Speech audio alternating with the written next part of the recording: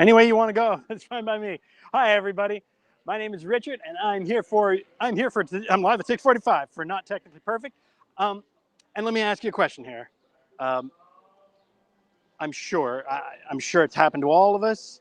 You know, you're there, and sometimes something just comes right out of your mouth before your brain can catch up. I want to tell you a little story about that, and one such experience in my life, and it came out rather funny. But I need to do a little setup. But let me start by just talking about the scene where I'm at. Um, the fact that I'm able to film here at this time of year, at this particular location, is both astounding and kind of disappointing. And I'll say why.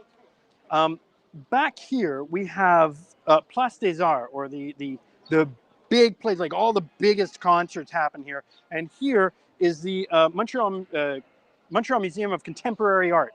And this intersection represents the smack dab center for Quartier des Spectacles, or the festival area of the city. So normally this time of year, we would have a block every which way for the Jazz Fest. There would be concerts going on here and stages, and it'd be insane.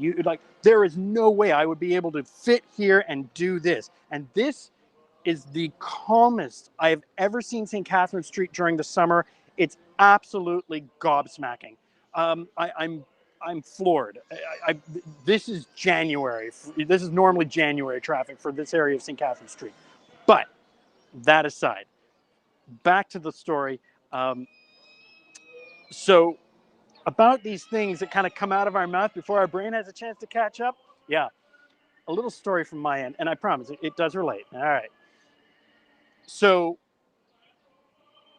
for those of you who know Montreal, there's a huge department store called Ogilvy's, and it used to be owned by the Ogilvy family, and it was founded way, way, way back. And I don't know the actual year, but over 100 years, easy.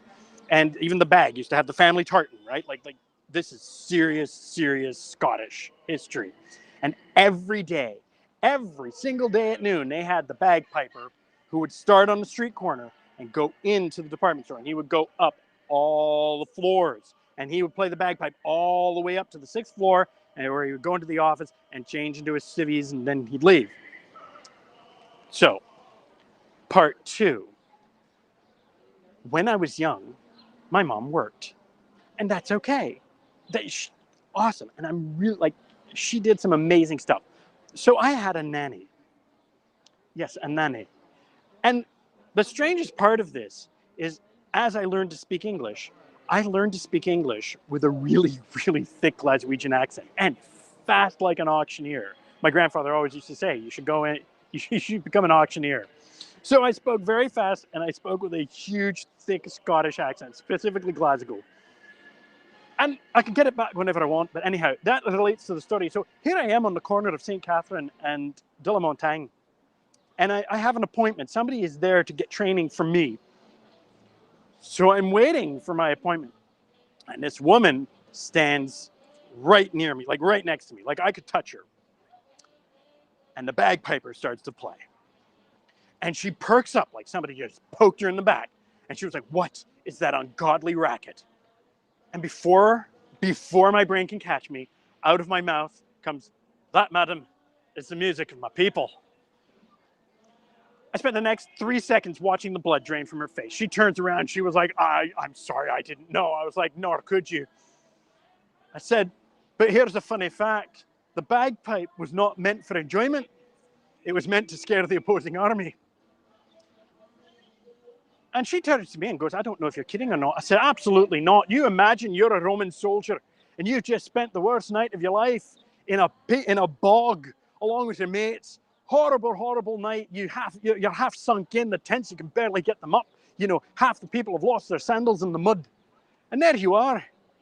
And so all of a sudden you hear this terrible racket and you have no idea where it's coming from. You don't need many pipers to do that.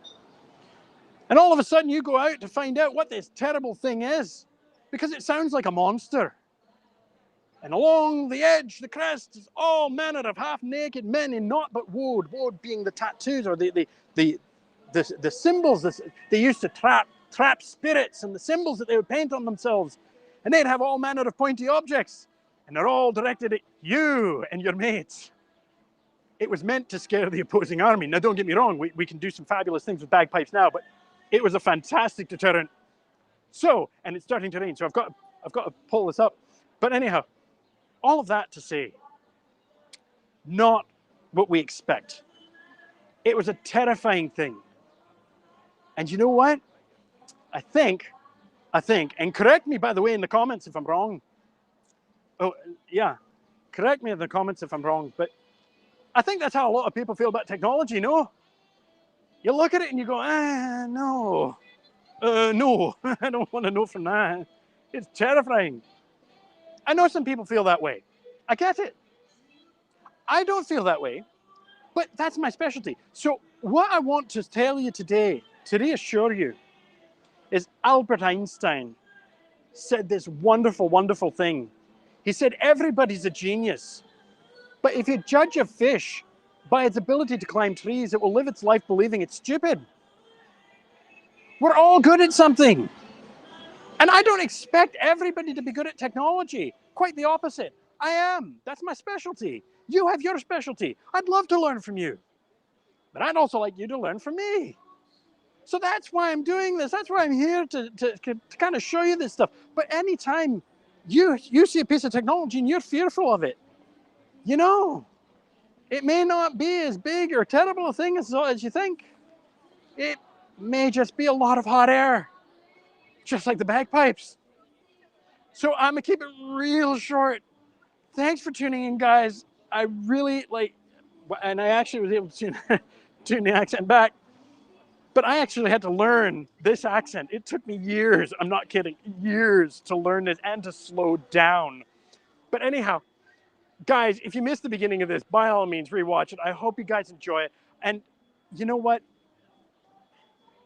I know it's easy to say and it's hard to do, but don't be fearful of things you don't understand. There's often really, really cool stuff to learn from it and often a lot of opportunity.